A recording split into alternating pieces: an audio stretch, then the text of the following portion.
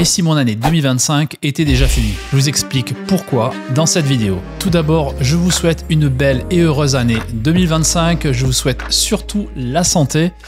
La santé, ouais. D'ailleurs, je crois qu'on va en parler quand même beaucoup dans cette vidéo.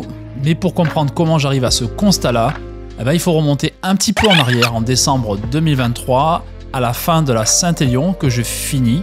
Mais par contre, je finis dans la douleur et je finis surtout avec des blessures. Hormis cette blessure, 2023, c'était sûrement ma plus belle année sportive. Alors par contre, 2024, mais alors, galère sur galère. Et 2024, c'est une année où j'ai passé le clair de mon temps à me soigner les blessures, parce qu'il y en a plusieurs. J'ai alterné course et blessures, mais surtout beaucoup blessures. Le premier trimestre, j'ai passé 3 mois à essayer de me rééduquer, j'ai bien dit essayer parce que c'est pas encore ça, à rééduquer le genou que je m'étais blessé pendant la Saint-Élion. Et le deuxième semestre, en gros, ça va être une période où je vais me soigner le psoas. Et entre ces deux blessures, il y a eu quelques courses, mais alors très peu, beaucoup moins que les années précédentes, puisque je n'ai couru que 6 courses, 0 marathon. Je crois que la plus longue distance que j'ai faite, c'est au Trail de la Grande Champagne, où j'ai fait 28 km. Sinon, 0 course en montagne, 0 marathon, et 0 marathon pendant un trail. En même temps, quand j'annonce en début d'année 2024, dans la première vidéo de l'année,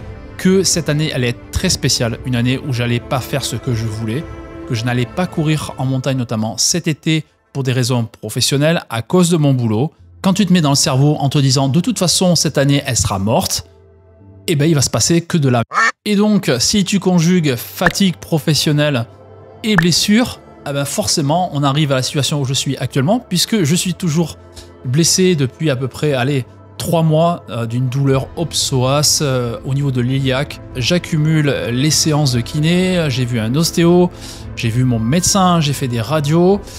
C'est long, c'est très long. Et donc forcément, c'est pour ça que je te dis, peut-être que mon année 2025, elle est quasiment foutue. Mais bon, allez, il y a quand même des sources d'espoir. Je tiens à remercier l'ensemble des organisations qui m'ont invité sur leurs courses en 2024. Je remercie également chaleureusement l'ensemble des bénévoles sur toutes les courses que j'ai participé, toutes les personnes que j'ai pu rencontrer, tous les abonnés que j'ai rencontrés sur toutes mes courses, avec qui j'ai pu discuter, j'ai pu échanger et puis passer de bons moments pendant ces courses. Et je pense très sincèrement que sans ces invitations, il y a plein de courses que je n'aurais pas faites, peut-être j'en aurais d'ailleurs fait aucune. Pour la suite de cette vidéo, je vais vous parler de 3 choses. La première, c'est ce qui n'a pas marché en 2024.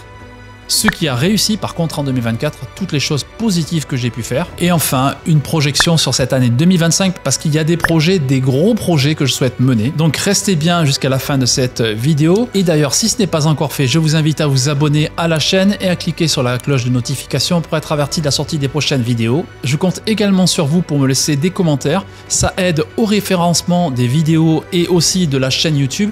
Donc c'est hyper important pour moi. Comme je vous l'ai dit, en 2024, il y a eu des gros foirages. Le premier, c'est le Grand Trail des Templiers. J'avais dit que je participerais sur le format 80 km de cette course pour prendre ma revanche. Je m'étais inscrit, j'étais sur liste d'attente et cet été, j'ai pu avoir la possibilité de prendre le dossard, mais je ne l'ai pas fait pour plusieurs raisons, mais surtout pour une, c'est que j'étais hors de forme et j'étais encore blessé, donc forcément m'aligner sur un 80 km, c'était complètement pas raisonnable, et c'est pour ça que c'est le premier flop de l'année 2024. Le deuxième flop, c'est le marathon de La Rochelle que je devais courir avec mon cousin. Ce devait être son premier marathon. Malheureusement, on s'est foiré parce que tout simplement, lorsqu'on a voulu s'inscrire, il n'y avait plus de dossard. Alors ça tombe bien, puisque en fait, tous les deux, on était blessés, et donc c'était aussi, à mon avis, complètement déraisonnable de se présenter sur un marathon qu'on n'était pas sûr de faire. D'ailleurs, s'il voit la vidéo, on va remettre ça pour ton premier marathon. En tout cas, je vais essayer de tout faire pour pouvoir faire ce premier marathon avec toi. Et pour tout vous dire, parce que je ne vous cache rien, j'ai reçu à la même date que le marathon de La Rochelle une invitation pour participer au Biscat Trail sur le format 32 km. Et là encore, j'ai été dans l'obligation de renoncer à cause de ma blessure. Alors, troisième foirage, je vais les regrouper parce qu'en fait, il y en a peut-être même un quatrième. En début d'année, j'ai eu une espèce de lubie, un délire. J'avais prévu, j'avais envie de faire une rencontre abonnée. C'était aux alentours du 10 août. J'avais nommé ça, je crois, l'Olympiade du Trail.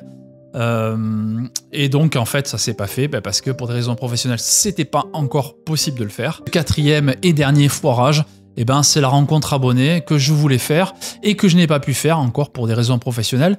Encore? Ça fait beaucoup là, non? Bon, ça suffit, ça fait plusieurs années que je reporte, il va vraiment falloir qu'en 2025 on la fasse. Il n'y a pas que des trucs qui ont raté, foiré comme tu veux. Il y a eu aussi des réussites en 2024. La première, et c'est celle qui me procure sûrement la plus belle satisfaction, c'est que je m'étais engagé à être bénévole sur une course et je l'ai fait. J'étais bénévole en mars 2024 sur le marathon des 4 saisons à Arcachon. Ça m'a permis également de voir plein de copains et moi ça m'a fait vraiment plaisir de pouvoir participer. D'ailleurs j'ai fait une vidéo spéciale bénévolat sur les courses. J'espère la sortir vraiment très vite. Autre grande satisfaction pour moi, c'est le podcast.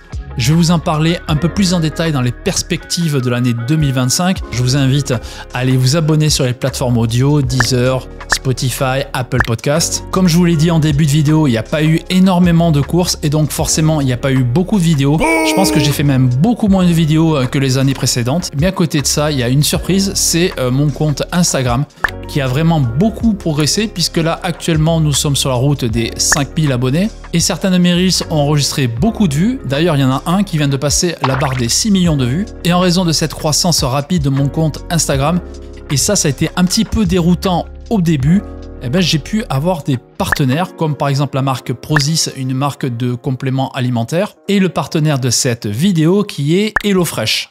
HelloFresh, c'est un service de livraison de repas avec des produits frais. On commande depuis le site internet ou depuis l'application. Vous faites votre commande pour la semaine, vous choisissez votre type de menu, votre nombre de repas et le nombre de personnes et vous êtes livré en camion réfrigéré. Moi, ce qui est très sympa, c'est que j'ai pu choisir ma date de livraison et comme je bosse la semaine, j'ai pu me faire livrer le samedi matin. Ce que j'ai aimé, c'est que chaque ingrédient de chaque recette sont séparés et vous avez des fiches recettes illustrées pour pouvoir vous aider étape par étape, pas à pas, pour faire vos recettes. Alors moi qui suis loin d'être un chef en cuisine, on va dire peut-être même une bille, je crois que je m'en suis vraiment bien sorti en suivant chaque étape. J'ai choisi des menus végétariens et d'une part avec mes filles on s'est bien amusé à faire les recettes et d'autre part on s'est vraiment régalé. HelloFresh est un système d'abonnement flexible, vous pouvez décider de le mettre en pause ou même carrément vous pouvez décider de vous désabonner à tout moment. Et donc si vous êtes intéressé par HelloFresh,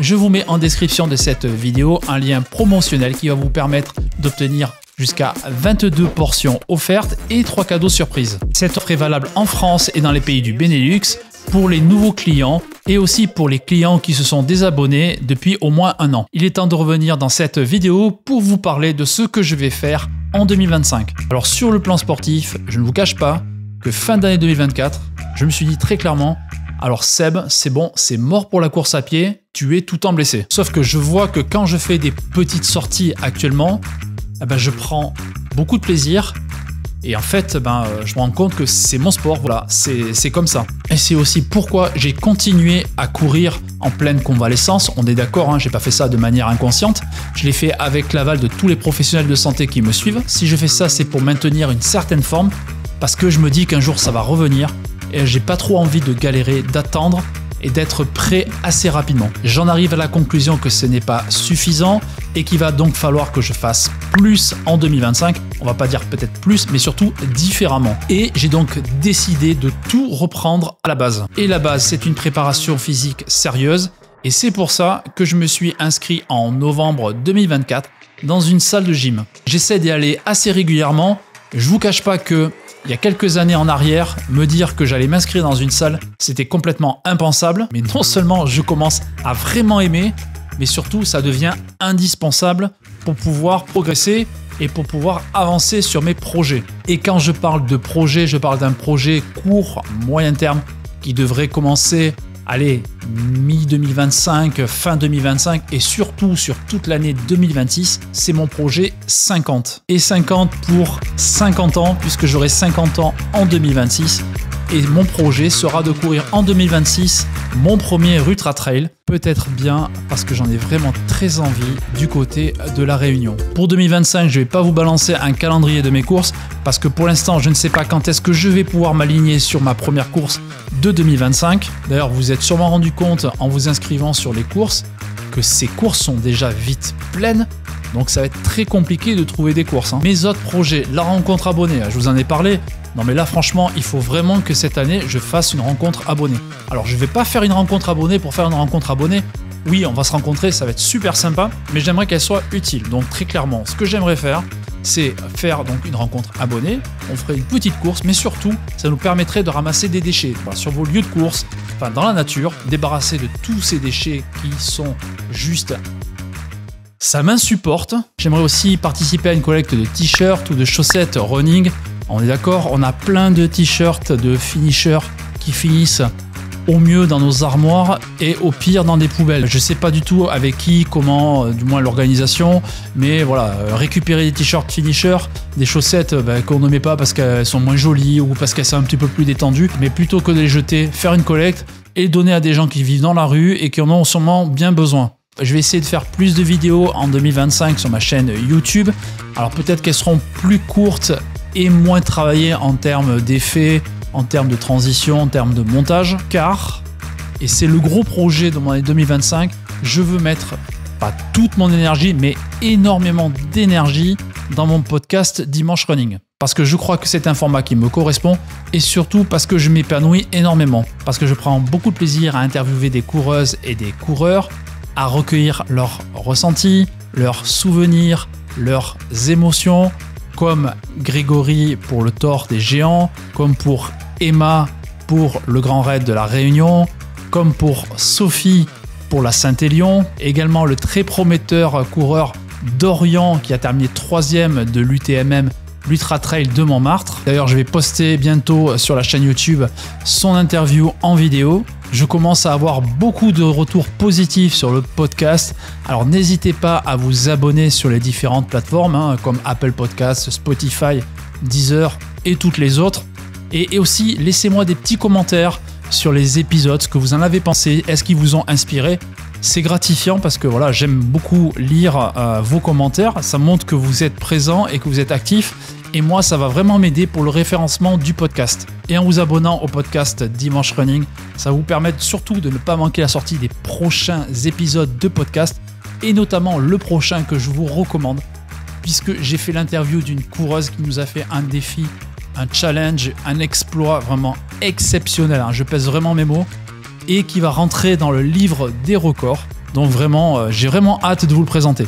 Comme je vous l'ai dit, j'ai vraiment envie de mettre beaucoup d'énergie sur le podcast et c'est pour ça que j'aimerais tester un deuxième format qui sera des histoires sur la course à pied, sur le trail. Ça sera plus narratif. C'est un projet d'expérience auditive, donc qui sera beaucoup plus travaillé avec des sons, un environnement pour que l'écoute soit plus agréable pendant vos sorties. Si je parviens à maintenir toute mon énergie pendant cette année 2025 sur le podcast, j'ai des rêves, vraiment un rêve tout particulier parce que j'aimerais peut-être créer, alors là on est vraiment à 100 milieux, je ne sais pas avec qui, comment ça serait financé, mais j'aimerais faire un média running qui serait Dimanche Running avec le podcast, avec d'autres choses. Mais bon, pour l'instant on est loin dans les rêves, mais comme on dit, dans la vie, il faut également avoir des rêves. Donc j'aimerais avoir ce rêve-là, mais pour l'instant on est tout petit. Et donc, je vais avancer, je vais progresser. Et c'est pour ça aussi que j'ai besoin de vous, que je compte sur vous pour m'aider à progresser, aussi à me conseiller. Voilà. J'aurai peut-être besoin de vous dans les prochains mois, peut-être prochaines années, si le projet évolue vraiment très bien. Cette vidéo, et là j'en suis vraiment certain, elle a été beaucoup trop longue. Mais voilà, en attendant de vous revoir dans une prochaine vidéo qui fait la vie maintenant, car plus tard, il sera trop tard, le running est une fête.